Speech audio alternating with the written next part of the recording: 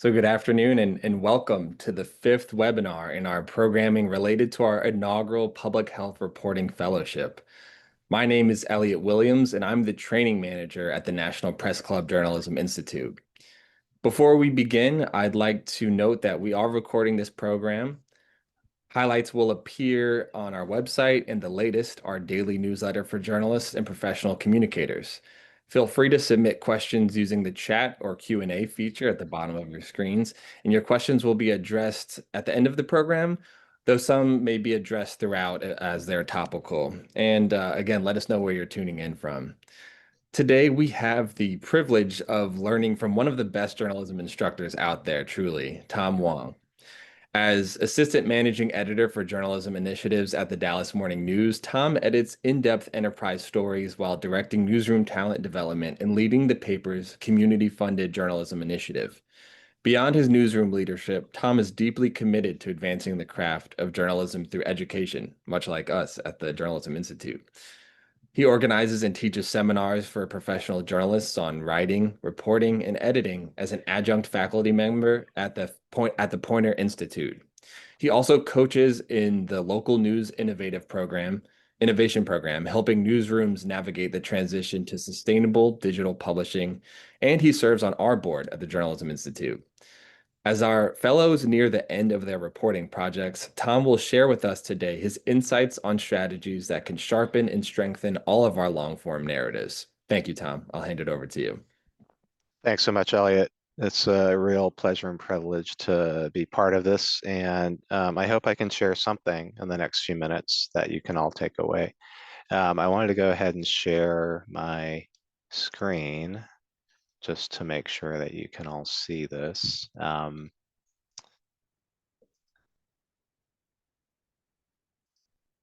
you go. And I also wanted to point out, I'm in the newsroom. I'm literally in the Dallas Morning News newsroom. And that means that I'm still an editor working in the trenches with all of you. It's a tough industry right now. So I want to also just encourage all of you to keep fighting the good fight, because we really need you to be part of this. Also wanted to show you my badge here. So I don't know if you can see it, but it's basically from the 1990s. I've been in this newsroom since the early 90s and truly love the work. What I found in nearly 35 years of doing this work is that, we can talk about all of the research and all of the interviewing and all of the open records and sensitive subjects that we need to cover. But for me, in the last 35 years, what's always been the hardest part of my storytelling is understanding what the story is truly about. So over the next few minutes, I really want to emphasize to you that we're all trained to understand the news of a story or even the main findings in a story, but we rarely ask the questions, okay, what is the actual story that's lying beneath the surface? What is the story's central theme? What is the story truly about? And I feel like these are really important questions to ask even as we're reporting and then before we sit down to write, because they will help us focus and shape our narrative. All right, let me move the slide here. Okay, so I've typically used the film The Titanic as an example of narrative storytelling because it has a boatload of material and themes. It's a very complicated, layered film, and whether you like it, love it or not, I know that it's a film that's loved and hated by many folks. I use James Cameron's film because many people have seen it, so it's almost like a common language that we can use.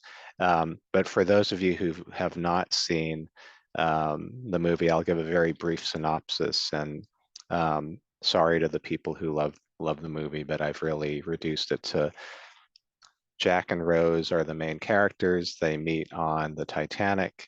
They fall in love despite a class divide between them.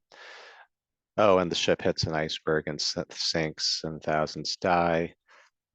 That's tragic. Jack sacrifices himself so that Rose can survive, and her heart goes on and their love endures. Okay, so that's the best I can do to synopsize the movie. Now, what I would love to do is show you the old trailer from, I think, the 1990s. So maybe it'll prompt you to remember what the movie was about.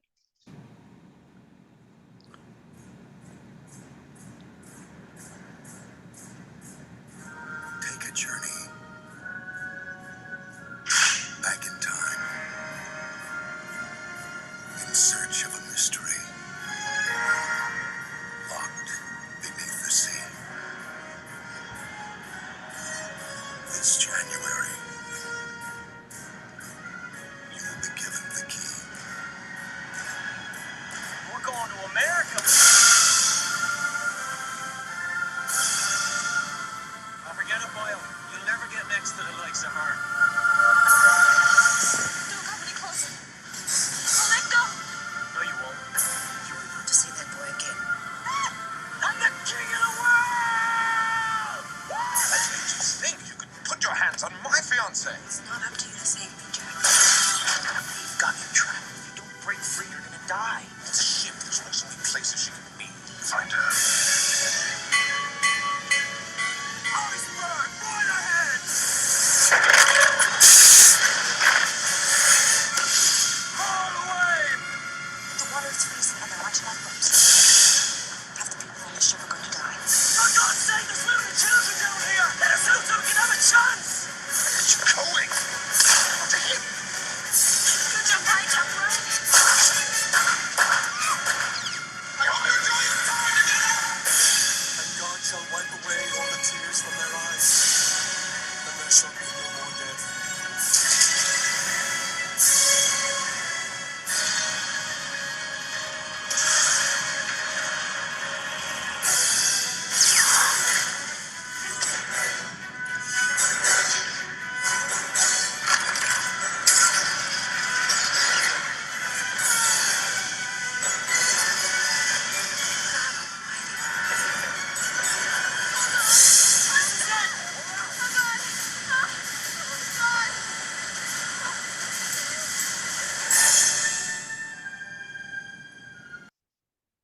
All right. And the amazing thing about 1990s trailers is they pretty much tell the whole movie in like 2 or 3 minutes. And so that's the amazing part.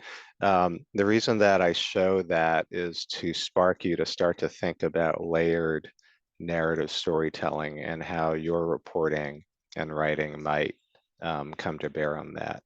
I wanted to take the next few minutes to use the Titanic movie to talk about why focusing your narratives is so important and why you should spend time doing that before you even begin to write, and then even within that process of writing. So for me, focus can help you shape your narrative by helping you see and how to choose what material to put in and what to leave out of your narrative.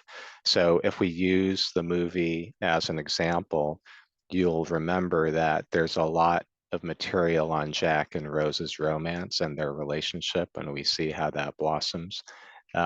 We know that we are including a lot of material on Jack and Rose's family and their economic background because that gets at the class divide question. We have a little bit of stuff on the ship's engineering, but that seems to be a secondary concern. James Cameron doesn't include a lot about the Titanic's history, even though it's really interesting. And he, as a storyteller, doesn't include a lot of material about how icebergs form. Again, a very interesting scientific story, but really not part of the story that James Cameron wants to tell. So as you shape your narrative, think about think about what material goes in and what you can leave out. Focus can also help you decide how to start and end your story. So when I was a young reporter, I would always struggle with, okay, how do I enter the story? How much thought should I give to it? And sometimes I got stuck on that because I felt like I needed to know how to start the story before writing it. Give some thought to the Titanic and how James Cameron started the movie. It always puzzled me that he actually started in the modern day with an elderly Rose. So we know from the beginning, I guess, we have some sense of her survival. There's also a mysterious gem somehow that's involved. And what I realized in this James Cameron's decision to bookend the movie with the modern day is that he wanted to reinforce the idea of how love endures, because enduring love for me is the central theme of the story and the heart of the story. We sometimes talk about how it's interesting to start in the middle of the action when we're writing narratives. Sometimes that works, but James Cameron decided not to go in that direction. So he didn't start with the ship hitting the iceberg. And then chronology is always a writer's friend, but James Cameron didn't start at the beginning of the chronology. So again, think about the conversations that you can have between editor and reporter on the focus and how that will affect how you start and end the story. Focus can also help you select which characters to spend the most time with in your story. Again, in the context of the Titanic, the camera, if you think of the narrator's eye as the camera spends the most time with Jack and Rose so that we see how their love develops. We spend less time with Rose's wealthy fiance, Billy Zane, her mentor, Molly Brown, or the ship's engineer. So as you're shaping your narrative, think about who your central character or characters are. Typically, it's better to just pick a few and not try to juggle multiple characters. Focus can also help us identify a universal theme that resonates with a wide range of readers. And to me, this is one of the most important parts of a narrative where maybe I'm interested in the Titanic and the sinking of the ship, but really I'm more interested in the universal theme of enduring love and how the class differences can create tensions with that. There's also kind of a secondary theme of man's hubris in terms of building the ship and thinking that it's going to survive the icebergs, but that's a very secondary theme. So I want to step back and say, you'll notice that in the Titanic movie, there are a couple of different themes that James Cameron develops, but he really does focus on the central theme of enduring love. This is one that I think all editors and writers love, and that is the question of how to trim your story. And so focus as we work through it can really help us start to think about how to tighten a story.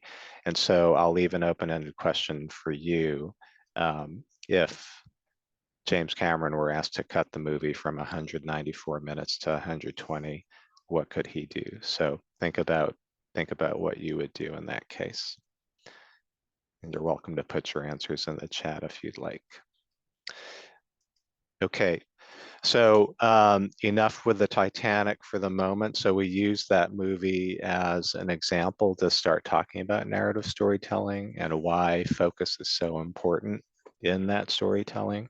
I wanted to pivot to 5 focusing questions that have really transformed my life as a writer and an editor. And I want to credit David Von Draley and Chip Scanlon. Chip was a longtime faculty member at Poynter and one of my mentors. And they developed these 5 focusing questions, which I literally ask the writers that I work with to write them down and put them by their desks. And these 5 questions are, why does the story matter?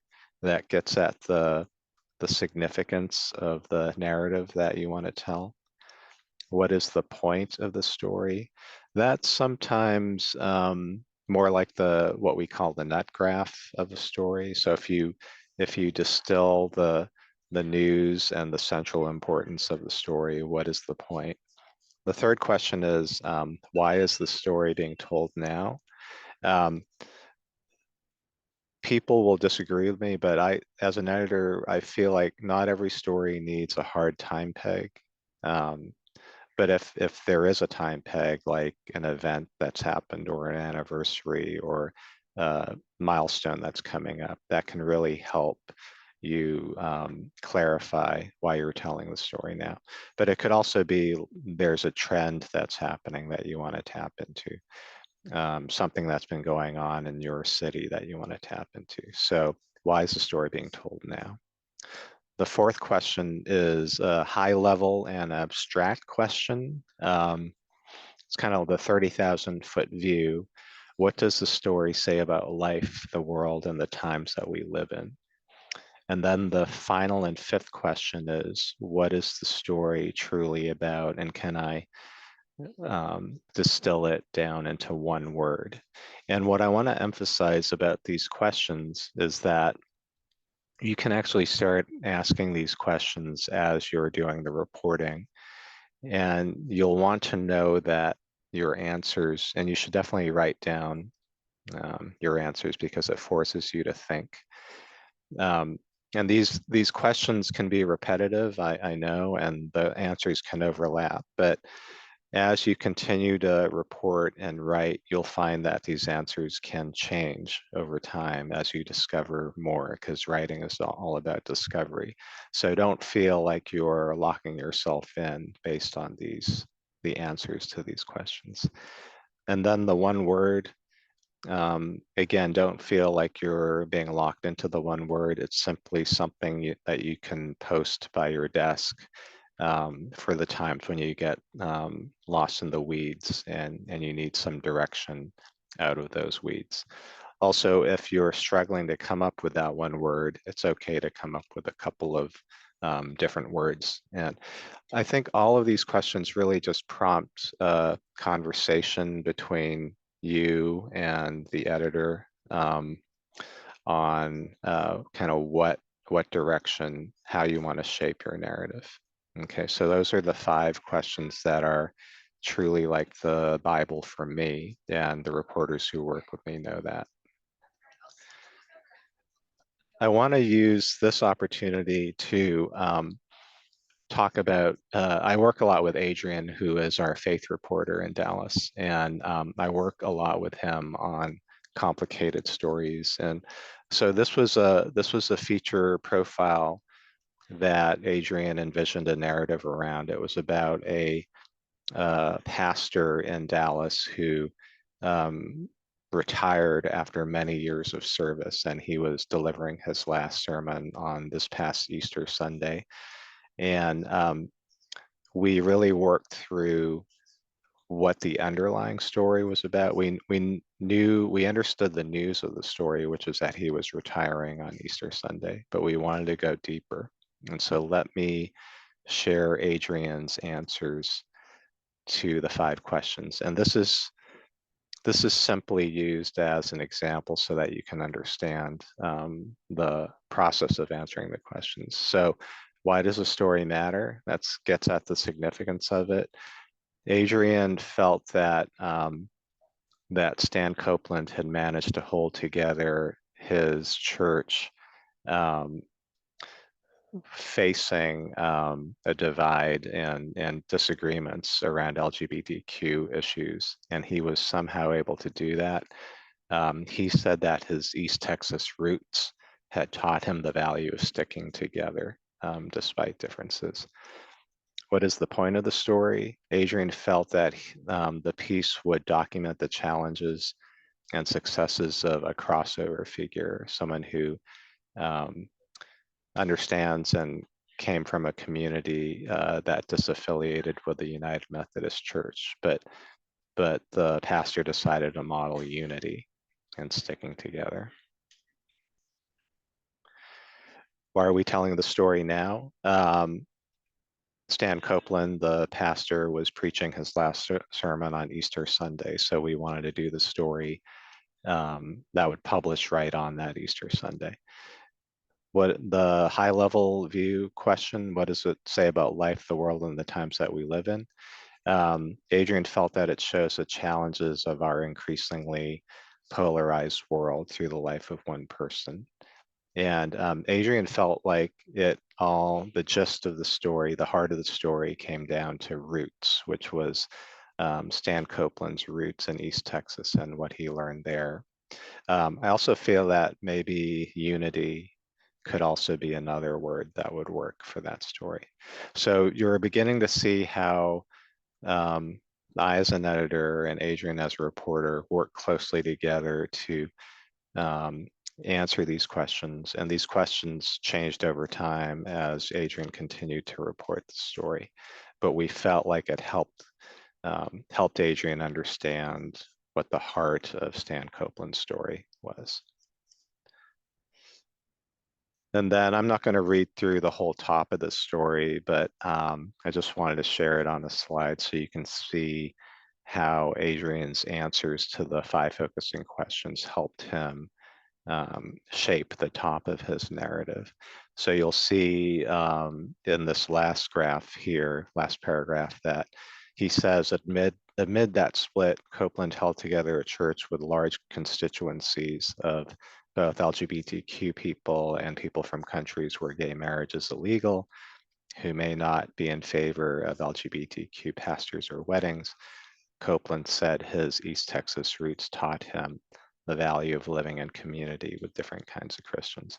And, reporters who work with me know how much time we want to spend on that, what's typically called a nut graph, but sometimes I call it a wisdom graph as well.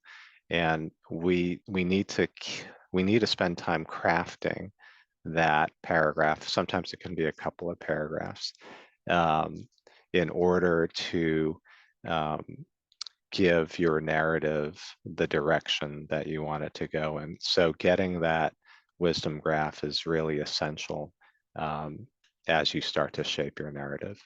I know that structure and organization of a narrative is incredibly important. We're not going to have time to go through that process. Happy to do that in another session. But I do want to emphasize that getting this part of the story clarified for yourself and focused is really important for your narrative. Okay, so this is a writing session, and I want to enter our last part of the session with a writing exercise. So you may want to get on your phones or laptops if that's a possibility. And this is a writing exercise that I learned from Roy Peter Clark, the legendary writing coach at Poynter, and Chip Scanlon, again at Poynter. And it might seem totally fluffy and superficial to you, but bear with me. So think about what's your favorite dessert. If you don't like dessert, then think about what your favorite snack is. And think about a story surrounding your favorite dessert or snack. Maybe it's a person that you shared it with. Maybe it's the person who first prepared it for you. Maybe it's a special place where you discovered the dessert or snack. And what I would love for you to do is free write for a couple of minutes, 3 minutes, and I'll time it. And free write means don't be too judgmental of yourself. Don't edit yourself, just kind of do stream of consciousness writing. And what I'd love for you to do is write about your favorite dessert or snack for 3 minutes. And then if you're able to share your story in the chat. So let's go ahead and start with that. Elliot, are we doing okay with time? And are there any questions in the chat? We're doing well on time, and Penelope has a question topical to your 5 questions. Understanding that sometimes the story does change as new information develops, how do you prevent story drift or answer those 5 questions as you, the writer or the editor, becomes, maybe used to or bored with those initial answers? Readers never get to see those initial answers. So how do you adjust those questions as you keep going? I love that question. So reporting and writing a story, the draft is living and breathing and constantly evolving. And as you learn more about the subject that you're writing about, the answers to those questions may change. So you and the editor need to be fluid and flexible and know that that's going to happen. And I'd say one of the most important parts is to be in communication between reporter and editor so that both know that the story's evolving and that the answers are changing. I think that's why the questions and answers are really good, because it prompts you to have very specific conversations about the story, and it helps if you're a writer and you're answering the questions and you're changing the answers because the story is changing its direction. By writing it down, you'll help your editor understand how the story is changing. Penelope, does that make sense? If you have a follow-up, feel free to chat a follow-up question. And for other folks, feel free to send your questions in. We have about a minute and a half left for the free writing.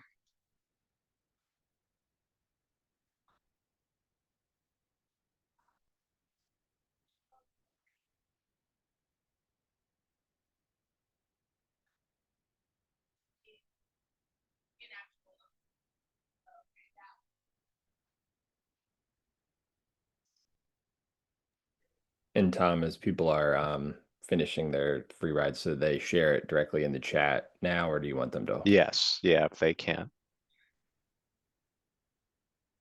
Penelope has a follow-up, it looks like. Yes, yeah, we tend to chase the shiny new thing and sometimes lose the great question that we had first asked. How do you prevent that?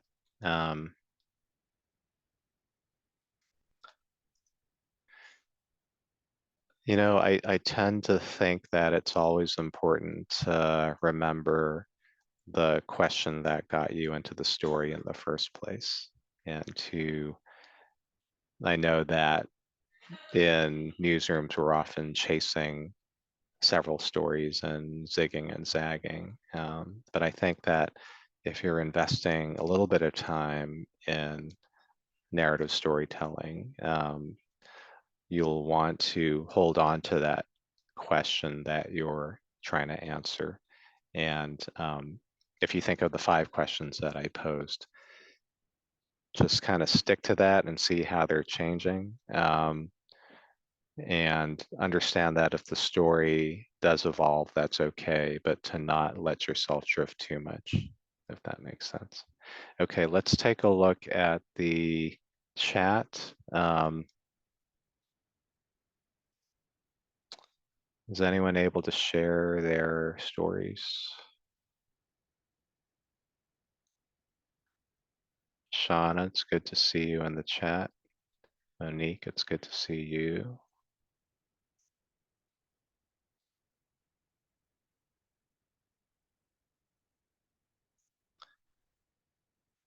Great, so we've got Crystal, bananas, caramelized sugar, and a fancy presentation. Those are all, they conjure wonderful memories with my dad. If my mother was away for a trip, he would let me pick a restaurant for a dad-daughter date. That's wonderful. Yeah, so as an editor, I would ask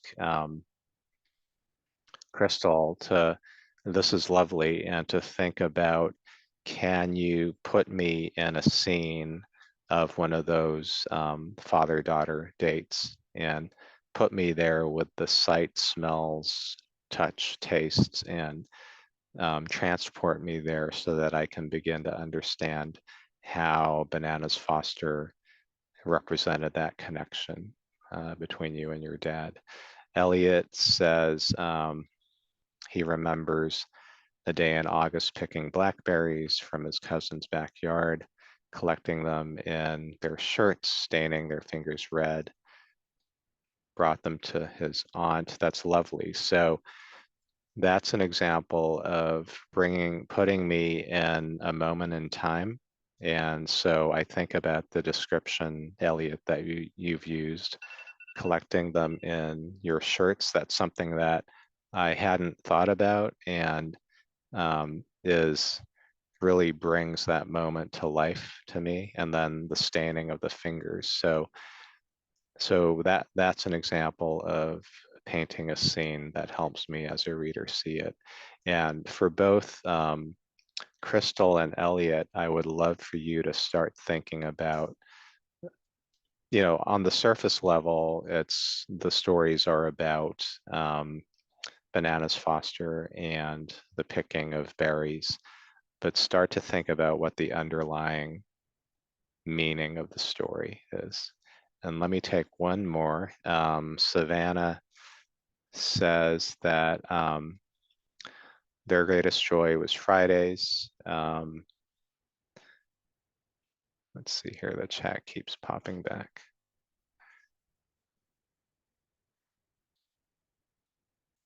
Cake was coated in lemon zest, carefully drizzled with icing, sweet enough to cure my depression.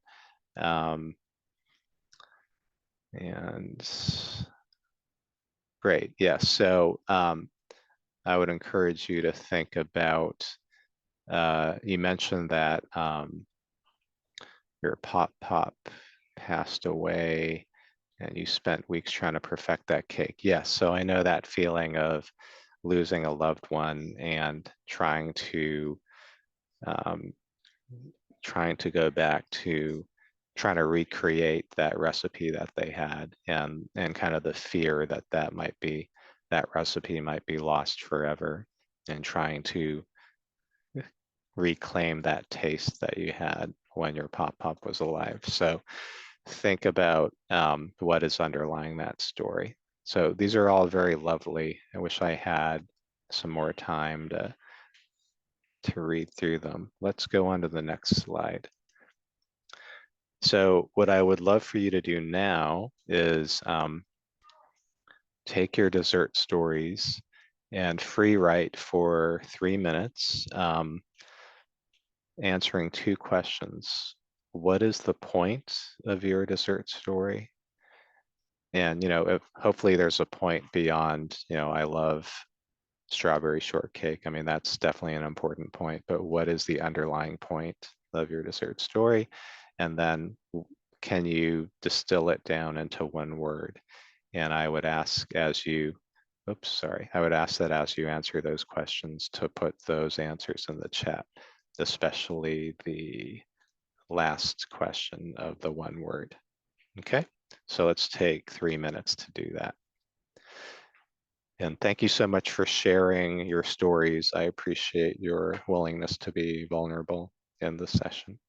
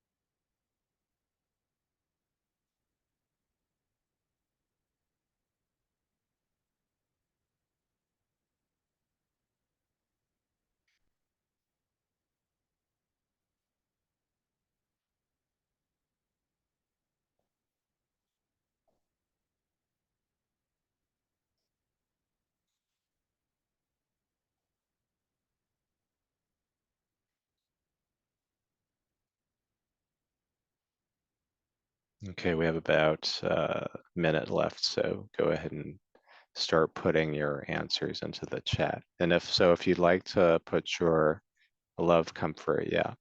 So if you would like to put your whole answer about what the point of your story is, that'd be great. And then you can add your word, or if you just want to add your one word, that's fine too.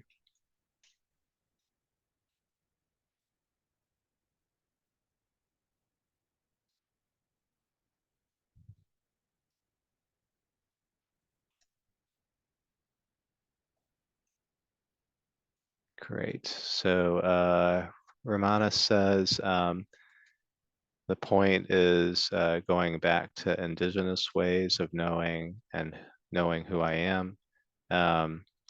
We need to know our past to know what we want to do in our future. The root of who we are is so important. And so it sounds like the one word is related to root. Legia says, my story captures care, the fragility of aging and savoring of memory. I love that. I hope that you're able to include that sentence, that idea in your story. And your one word is love. Penelope has a really great word, longing.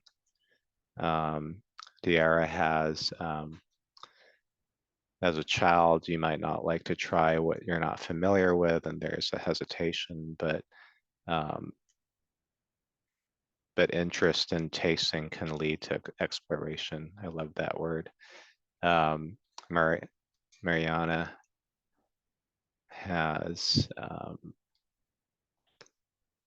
vivid memories. Great. Great. So I love the work that you're putting into these dessert stories. And I think what I would love for you to reflect on is, like, we started with what might be a superficial surface level story about a piece of cake or pastry, but we began to see that there's a deeper story there with the central theme of love or comfort or exploration. And what I would encourage you to do as you're working on your narrative stories is to have conversations to figure out, okay, on the surface, the story might be about A, B, and C, but what is the underlying meaning and how can I focus the story to get at that meaning? Let's see. Okay, so your homework looking ahead is to consider the narrative that you're writing and free write answering at least 3 of the questions. Why does the story matter? What's the point? And what's the story about in one word? And give that a try and see if it helps you focus the narrative that you're writing and working on. And to summarize, the news in a story is incredibly important. We all know that. That's our job. But it's not the same as the theme or the meaning of the story. You can use the 5 questions to help push you, force you to sharpen the focus. And by finding the heart of the story, you can develop that universal theme of love or comfort or exploration that resonates with a wide range of readers and viewers. This is who I am with the Dallas Morning News, still in the newsroom every day. You can reach me at thuang@dallasnews.com. I've created a new virtual Poynter seminar on, it's called Building Blocks. It's on the fundamentals of reporting.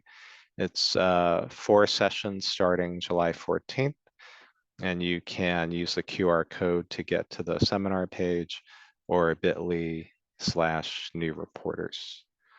So I think that is it for now. Actually, let me back up and share that code again. Elliot, are there any other questions? Yeah, so we'd encourage you all to ask any questions. We have a few minutes for a Q&A. I have a few, but I want to give our audience a chance to throw some in there. And Tom, thank you so much. This is wonderful. I'm not only hungry, but inspired, motivated. I love some of these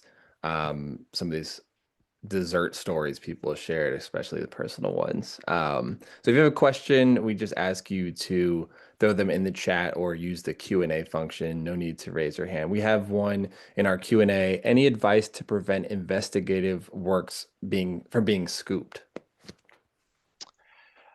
Yeah, so I think you'll want to work with your editor to think through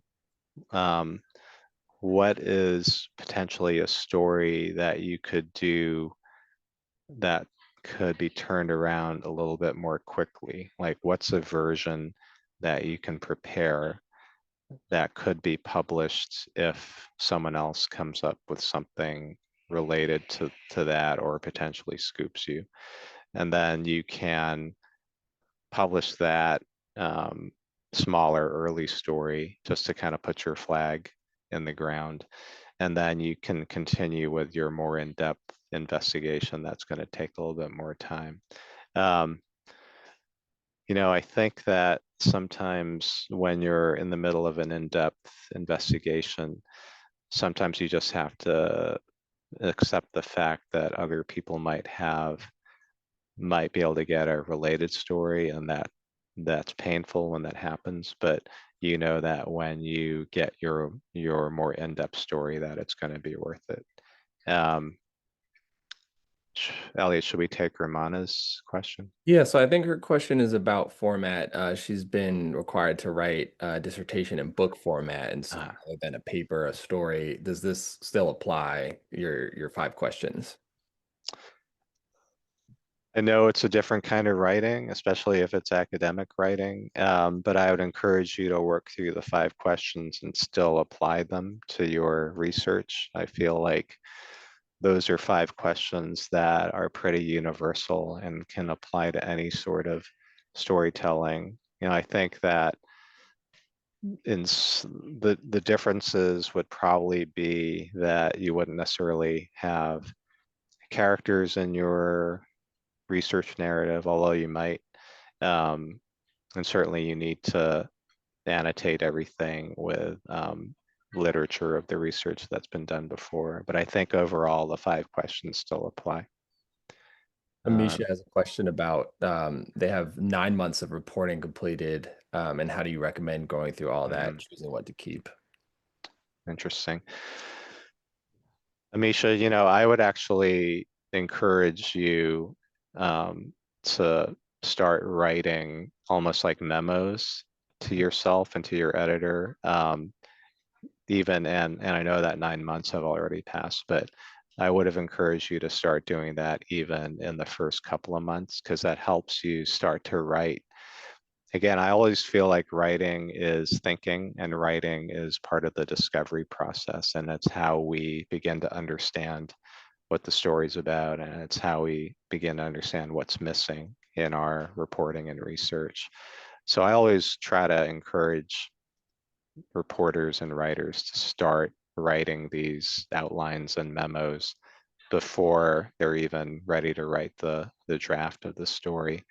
Now that you're 9 months in, I would say just do what you can, see if you can answer these questions, outline. When I say outline, I just mean a simple, here are 5 things that I want to cover in the story, and see what that brings you. But again, just to back up, I would highly encourage writers to start writing their memos before, even as they're still reporting. And Maria has a question about pacing. How do you do that? How do you pace a story, especially for a long investigation? That's a really good question. I guess I would, I always tend to think about stories in terms of small chapters, or sometimes I call them buckets. And I think that might be because of my engineering background, where I like to break down large things into smaller things. So start thinking of, like, if I were to write my investigation in 5 sections or 5 short chapters, what would those chapters be? And then, I think about them as buckets. So what material goes into each bucket? And that helps me start to organize the overall story. I know that some writers also sometimes use index cards, where they're writing basically what each section would cover, and then they move those index cards around to play around with the flow of a story. I also know writers who use a whiteboard to kind of map out the different sections that they have. But I think the main challenge is to figure out, like, break down your material into 4 or 5 sections or buckets, and then start organizing that way. Tom, I think we have a few more questions if you're okay to answer a few Yeah, more. definitely. Okay, so someone asked in the Q&A, they're working on a story with several people who could be their Jack and Rose. What's the best way to capture some of these individual stories that don't downplay their voice and role, but effectively reflect the impact of the conditions they're reporting on? They don't want to overload the story with too much of the personal, but it's also the heart of the work. I love that question. So editors will agree or disagree with me. I would say, is there a way to tell what you're covering in a couple of stories? So think about a package of stories, and maybe the main narrative is really goes deeply with one or two characters, and then a second companion story would go into some of the other people who've been affected, and that would allow you to reflect who they are and what their perspectives are. I guess and again, this is just my personal taste. I wouldn't try to jam everybody into one story. Some writers and editors are able to do that really well, but I don't really have the skill level to figure out how to juggle all of those characters. So think about the idea of multiple stories. We also have now the advantage of multimedia, so there may be a way to do video or audio stories among several of the other characters.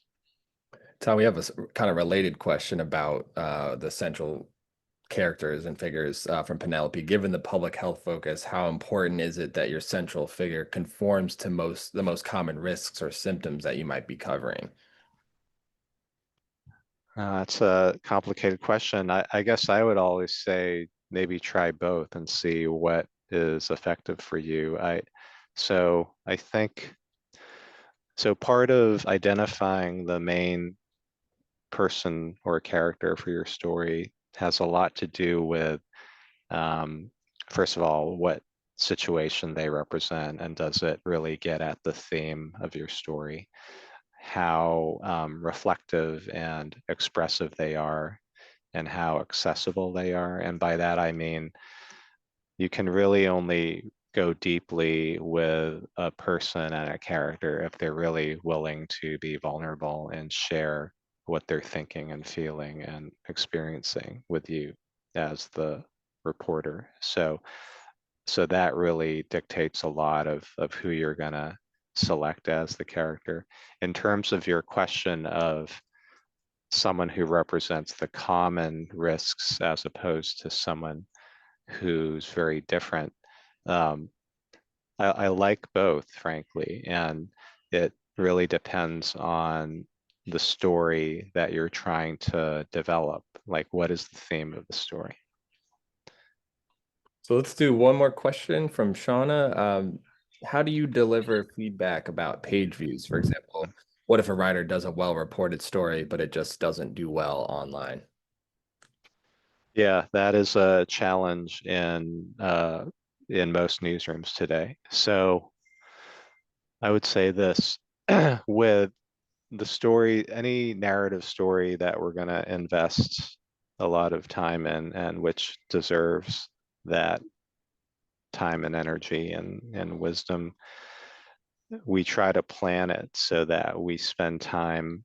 In my newsroom, we have a team of audience journalists who specialize in building digital audiences for stories. But you can do the same thing in terms of thinking about how best to present the story, how best to promote the story, whether it's on your homepage or in some related videos or in a set of social posts and threads, and be thinking about that at the beginning so that it's almost like integral part of your storytelling. And so that way you're you're doing everything you can and maximizing the potential for readers to come upon the story and give you the page views. But I think stepping back, I think there's a lot of pressure to get